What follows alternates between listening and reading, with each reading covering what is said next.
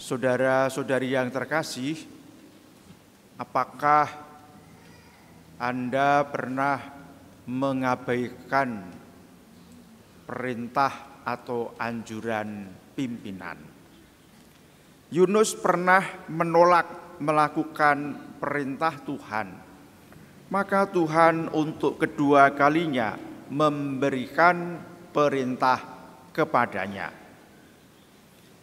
Perintah dan kehendak Tuhan kepada Yunus itu masih tetap sama sebagaimana perintah pertama yang pernah diberikannya. Perintahnya adalah bahwa Tuhan menghendaki agar Yunus pergi ke kota Ninive dan menyerukan pertobatan kepada penduduk di kota itu. Kita dapat menjadi heran ya, Tuhan tidak marah atau mempersalahkan Yunus yang melarikan diri. Bagaimana ya reaksi Yunus yang telah dipaksa Tuhan dalam tanda petik untuk pergi ke Ninive? Mungkin Yunus pada akhirnya takut. Agaknya Yunus telah mengolah sikapnya yang sempat bandel kepada Tuhan. Mungkin juga peristiwa sial yang menimpanya membuat dirinya itu menjadi sadar diri. Siapakah dirinya itu di hadapan Tuhan? Yunus akhirnya dapat menerima kehendak Tuhan. Yunus siap pergi ke Ninive sesuai sebagaimana diperintahkan oleh Tuhan. Yunus masuk ke dalam kota Ninive sehari perjalanan jauhnya. Saudara-saudari yang terkasih, apa yang terjadi pada diri Yunus juga dapat terjadi bagi orang kebanyakan. Orang ingat akan Tuhan, berhubung ia sudah tidak dapat lagi mengandalkan apa-apa saja yang berada di sekitarnya.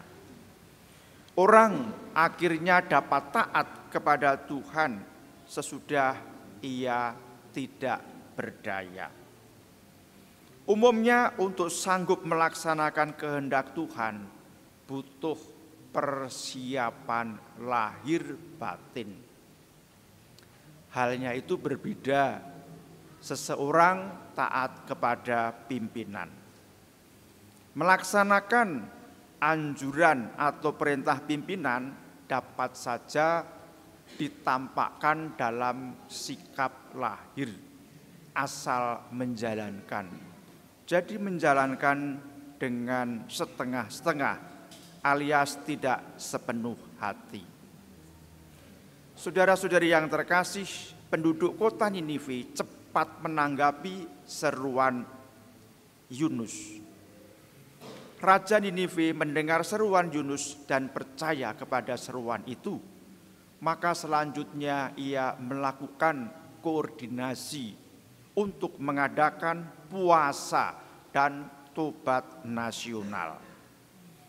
Orang-orang Ninive percaya kepada Allah dan berbalik kepada Allah yang menyelamatkan, Allah yang berbelas kasih. Mereka menjalani pertobatan dengan berpuasa. Mereka mengenakan kain perkabungan, tanda penyesalan yang sungguh-sungguh dan tulus. Saudara-saudari yang terkasih, pada bacaan Injil, Yesus menyampaikan warta keselamatan dengan bersabda, "Waktunya telah genap, kerajaan Allah sudah dekat. Bertobatlah dan percayalah kepada Injil." Kerajaan Allah itu sudah dekat dan sedang datang. Kerajaan Allah itu ada pada diri Yesus sendiri. Maka orang-orang diminta untuk bertobat dan percaya kepada Injil. Saudara-saudari yang terkasih, Yesus memanggil orang-orang yang dikehendakinya. Dan orang-orang yang dipanggil tanpa ragu-ragu mereka langsung mengikutinya. Tidak ada percakapan, tanya jawab, atau diskusi. Mereka segera meninggalkan segalanya, meninggalkan keluarganya, meninggalkan pekerjaannya, meninggalkan jalannya, meninggalkan perahu dan orang-orang upahan mereka. Mereka itu adalah orang-orang yang menyatakan ya kepada Tuhan tanpa tetapi, tanpa jikalau. Dengan demikian mereka tidak nyang-nyangan, tidak tawar-menawar. Mereka itu sadar, mereka itu ikhlas dan siap untuk mengikuti panggilan Yesus. Mereka belajar menjadi rasul dengan menjalani kehendak Tuhan. Mereka belajar memberikan diri. Mereka belajar memiliki hati bagi orang lain. Belajar mengutamakan kehendak Tuhan. Belajar untuk setia sampai akhir dalam menjalankan tugas perutusan. Mereka belajar meninggalkan kepentingan diri sendiri yang justru akan menghalangi dirinya untuk mengikuti Tuhan.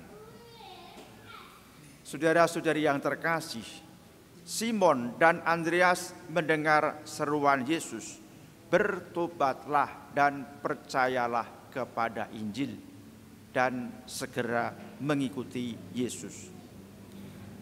Bertobat dan percaya itu merupakan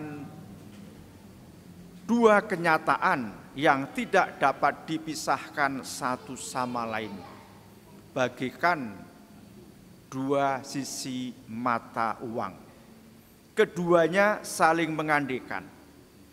Ajakan untuk bertobat dan percaya disandingkan dengan panggilan menjadi murid. Karena panggilan menjadi murid membawa konsekuensi untuk meninggalkan kehidupan sebelumnya. Dan kehidupan sebelumnya itu dilambangkan dengan meninggalkan jala, meninggalkan orang-orang upahannya, serta menyatukan diri pada Yesus dan hidup bersama dengan Yesus. Saudara-saudari yang terkasih, siapapun yang bersatu dan hidup bersama dengan Yesus berarti juga menghayati semangat dan misi Yesus yang datang ke dunia untuk mewartakan Injil dan menyelamatkan manusia.